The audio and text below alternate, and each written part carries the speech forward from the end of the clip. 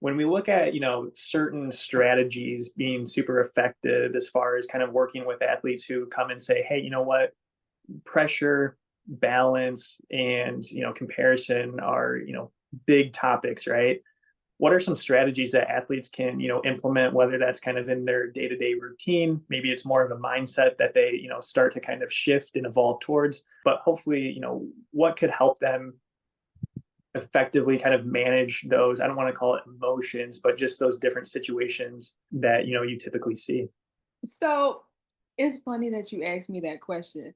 I personally would call them emotions only because yeah, they are. You go through a lot, and you up and down, roller coaster, waxing and waning, back and forth, all over the place.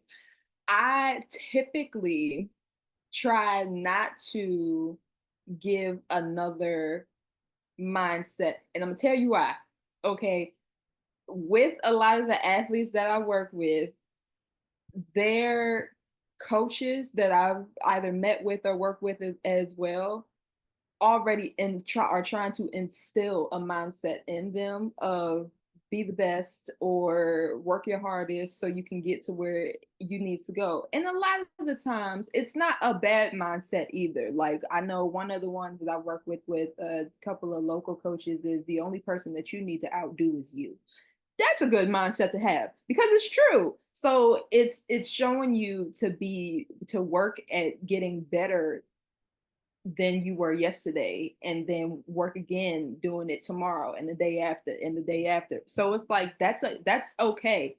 I don't want to impede on that because I don't want there to be some type of duality where you might be conflicting between which mindsets to have. So instead, I try to focus more on activities. I try to focus more on hobbies, general likes, things that might differ from person to person. Now, because they differ from person to person, I can't give you a solid concrete answer on what the strategies are because they are literally subjective to the person. So I know a lot of trends that I've seen in my own experience is balancing a lot of the hard physical work that you do as an athlete, whether you be professional, collegiate, or adolescent, doesn't matter, with something that you like to do that will help calm you down and wind you down at the end of the day. So I'm a holistic therapist as well. So I incorporate a lot of different things, whether it be some of my athletes like meditation. I was never able to get into meditation. I got too much the sounds they get to me, so I can't do that one. But like a lot of people that I work with also like to listen to music. Music is a big trend that I see with my athletes and my clients in general, that the music will help just take you to a different space. And that's all, I mean, that's true for a lot of people. So, listening to a specific type of music, maybe doing some type of like tangible activity, whether it be like art or the actual physical motions of doing something like cooking or cleaning something, like things like that. And then probably the most general one would be getting into a routine, like any type of routine or anything that is a pattern, because the more that you start to get into a pattern or a routine, then that will actually, I found with the athletes that I have worked with, that will actually like help you be like, okay, I know it's time for me to do this. I have muscle memory and my body knows that it's time for me to do this. And on this day, I have this 2 hour practice. I'm gonna give it all in this 2 hour practice. And then after that, okay, cool. I know I have to do film. I know I have to do this. I know I have to do that. And then after that, it's time for my wind down time so that I don't have to be so stressed out and I can work on keeping my cortisol levels down. So it could be, like I said, you could go make dinner. You could go call somebody if you want to talk. A lot of my guys like to get on the game. Like you could do anything like that. It could even be some of the ones that I don't see as often but are still like pretty prominent, and I think they're actually pretty cool. People like to go and either volunteer and do something like help in their community, or my favorite, go and pet animals or like do something with animals. Like I said, not the one that's the most prominent, but it's like something that will help you as an individual, like bring you some type of joy, some type of happiness to help you calm down from all of the stress that you just put your body through physically, mentally, maybe emotionally, anything like that. So a bunch of different activities as opposed to changing a mindset and trying to get you into a pattern, or maybe even trying to fit it into the schedule that you already have, especially for my collegiate athletes.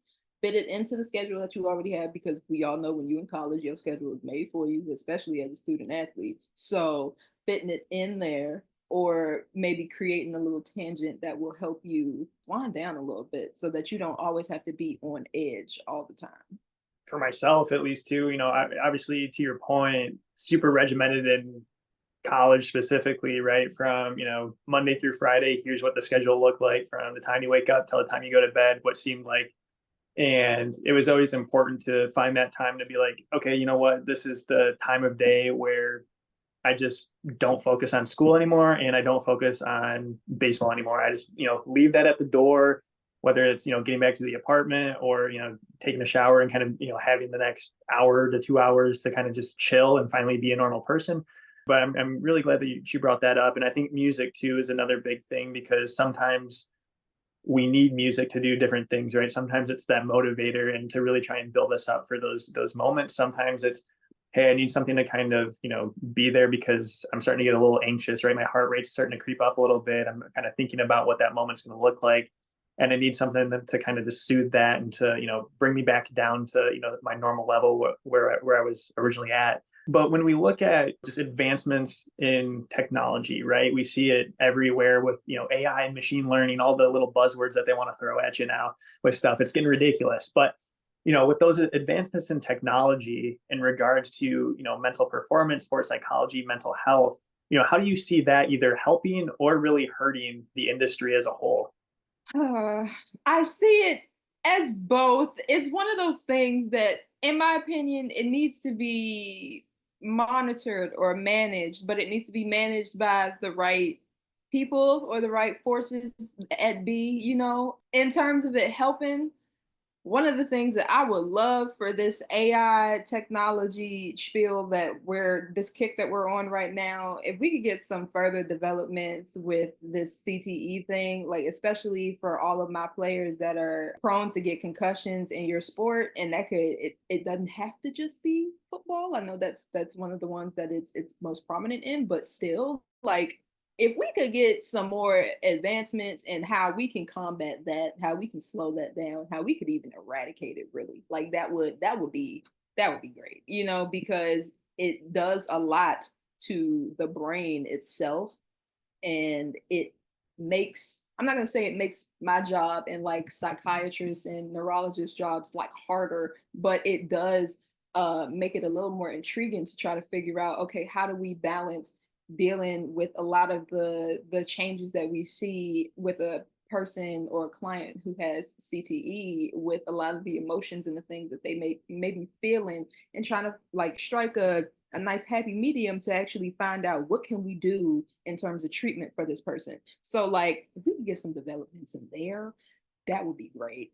In terms of harming it, AI and social media and technology and all the things, they have the potential and the power really to try to damage a person's mental health. I'm going to say that. I'm just going to say it. I'm sorry. Like they have the power to damage a person's mental health between doom scrolling and these bots and trolls and all of these people with these Twitter fingers trying to tell you what you can and cannot do, what you should and should not have done, especially after a game or after a practice or after a tournament competition, whatever. Like all of those things, not everybody is strong enough to deal with that. And not everybody is strong enough to ask for help. Not everybody has come around to the realization of proper communication, like saying, I think I might need some help with this. People move at their own pace, and somebody who might be the greatest at their sport, who might be having the time of their life, riding on a high, being the person who's in the spotlight because they are doing what they need to do and they are loving doing what they need to do, might be one of the people who are struggling the worst mentally. For a person who's struggling the worst mentally, having doom scrolling and all of those different things, freaking AI out here creating fake people and selling them, and what, look, it's too much. It's too much, and somebody might not be able to actually deal with that, you know? So like I think that the way technology is going today, it has I revert back to my original, or I go come back to my original statement and say it needs to be managed, but it needs to be managed in the right hands. And I think that in terms of like my field and all things mental health, it needs to be taken into consideration with what it can actually do to like the potential damage, and I mean all worst case scenarios, and what it can actually do to a person. Thankfully, a lot of athletes now, both collegiate and professional, are coming out and saying that mental health struggles and things are a part of their daily life, and they do actively seek out help. But with a lot of people just now more recently coming out and saying stuff like that, and more often than not, it's still a big shh in the communities that we're a part of. It's like we got to do better with trying to put a muzzle on what further technological like things can look like in the future. So a big yes but no for me. The more you talk with these professionals, ranging from, hey, a sports psychologist to a CMPC to a mental health counselor, it's like the more that you really start to realize that no matter what, no matter how much technology is present, you're always going to need to have that human to human interaction and connection, whether that's with the athlete, the individual, you name it, because there's so much positive and so much growth that, they talk about, that the athletes talk about. I think my biggest thing towards, and trust me, I agree with all your points, and my only thing for it is just the accessibility, right? If we can make it more accessible to people and in their situations and things like that, the better for just athletes and individuals to come. But that's really my only, my only spiel for the good side of it from a technology aspect. But I know you briefly mentioned, hey, how you kind of got into this field and just a little bit more about what that looked like.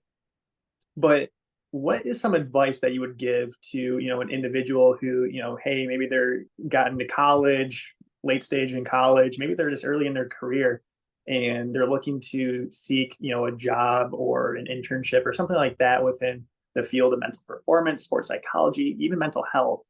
What would that advice look like for somebody? Before I answer that question, I also just want to go back to the technological question that you just asked me, and do, because I don't want nobody to eat me up in none of the comments. Listen, I I for sure see the benefits of having technology, especially in the mental health field. It actually is one of the things that allows me to do my practice now. But I still double down on one, the accessibility, because that is needed. Absolutely. Telehealth is becoming a thing now, a lot more than it was before, and it's a good thing, especially for people like me, who allows me to try to reach more people within my scope, my little scope that I can. But I still do think that it needs to be managed, and it needs to be managed in the right hands, because people, if it gets in the wrong hands, it can have some really detrimental effects on a lot of different people. And I don't want anyone to actually go through that or potentially fathom what that might look like. So I just want to put that out there. I mean, we love technology, we do, but at the same time, not too much. We gotta put it down a little bit. But going to the question that you just asked me, it's the most cliche answer ever, but it helps so much, and it's one of those things that you have to actually decide what it means for you, because it's that cliche, but also it's that subjective. You gotta be yourself.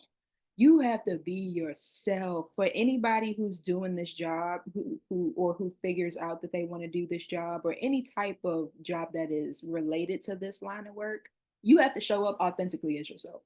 You have to. That's the only way it's going to work. That is the only way that is actually going to work. I shared with you and I've shared with countless other people the way that I got into this field is because I honed in on who I was as a person. And although I figured out some different like bumps and cracks along the way to try to actually figure out how that could show up in this work, I actually did the work to figure out, okay, who is Taylor? Like who is this person that I am presenting in front of all of these other people? And once I did that work, and again, it's a journey. Okay, you still going you going to keep on doing it till the day you die. All right, this is an ever evolving process because you are always changing as you should be. So trying to figure out who am I to show up authentically as me while I am in this room, in this group therapy session, in this individual therapy session, talking to these athletes, talking to these people in the TED Talk, manifesting. Hello. You have to show up as you, or else the people or person on the other side of it is going to feel that you're not showing up as you. You have to do it. You have to do it, whatever that looks like, whoever that is. And of course, that involves you doing a lot of self-reflecting, regrounding, and a lot of the work that helps you in life in general. And you're doing all of that so that you can help somebody else do it for themselves, so that they can go on and do it for somebody else. And everybody just keeps on paying it forward and so on and so forth. But it's not the easiest thing to do. A lot of people don't want to do that. A lot of people will take the attitude that I take when I see too many dishes in the sink. Ah, that's too much. That's too much. I don't. We'll get to that eventually. Not today, but eventually. And it's like, okay, well, the nobody can force you to do the work yourself. Like nobody can actually force you to do it. Everybody's gonna move at their own pace, like I said before.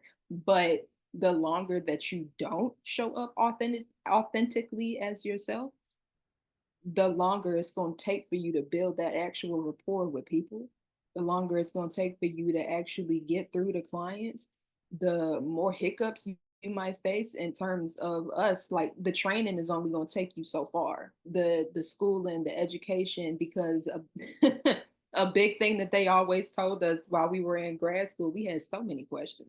And they said, oh, well, it depends. And it's like, depends on what? What do we mean? And that it depends on you. It depends on your client. It depends on who you're talking to. It depends on how you're talking. So it's a lot of different factors, but all of those things mostly have to do with how you show up in that room and in that space. So you have to show up authentically as you. That's or else it ain't gonna work. Yeah, I mean, at the end of the day, if you want something, you got to be able to, put your best foot forward and actually go out and do it. I mean, you're going to be the one who either makes it happen or doesn't. And so, you got to have to come to that realization that, hey, it's going to, like anything in life, it's going to take a bit of effort and a bit of commitment and all the responsibilities that come along with it. But if it's something that, you're truly passionate about and it's something that, you're eager and excited to be pursuing, then that should make it more than worth all the time, effort, and energy that goes into, actually pursuing a field like that. But with that being said, I think Taylor, you wrapped it up on just an awesome note as far as just your advice. I personally really enjoyed talking with you so much more than we have previously, and just getting to learn more about your journey into this field, right? Some of the different, ways that you're working with athletes now, kind of breaking down those barriers, making it a little bit more comfortable for them, as well as to kind of talking through some of those, highlighting us, hey, what are some of those high level mental hurdles or challenges that are typically seen in athletes, and what are some of the ways that those are kind of broken down and talked about. But for me, really enjoyed it. I hope everybody listening and tuning in today enjoyed it as well as much as I did. But with that being said, what we're going to do too is we're going to link Taylor's social media handles down below. Again, LinkedIn was a big thing for me as far as how I even connected with Taylor in the first place. And to this day, we've been in communications ever since, and I'm super glad and super fortunate about that. So at the end of the day, too, you can always make those connections and relationships by just reaching out and asking somebody about a podcast, asking somebody about their opinions or their feedback or even some help. So please make sure to follow her, connect with her, reach out to her. let her know what you guys got going on. With that being said, really do appreciate your time today, Taylor. It was an absolute pleasure getting to talk with you again, and looking forward to seeing you guys in the episode next week.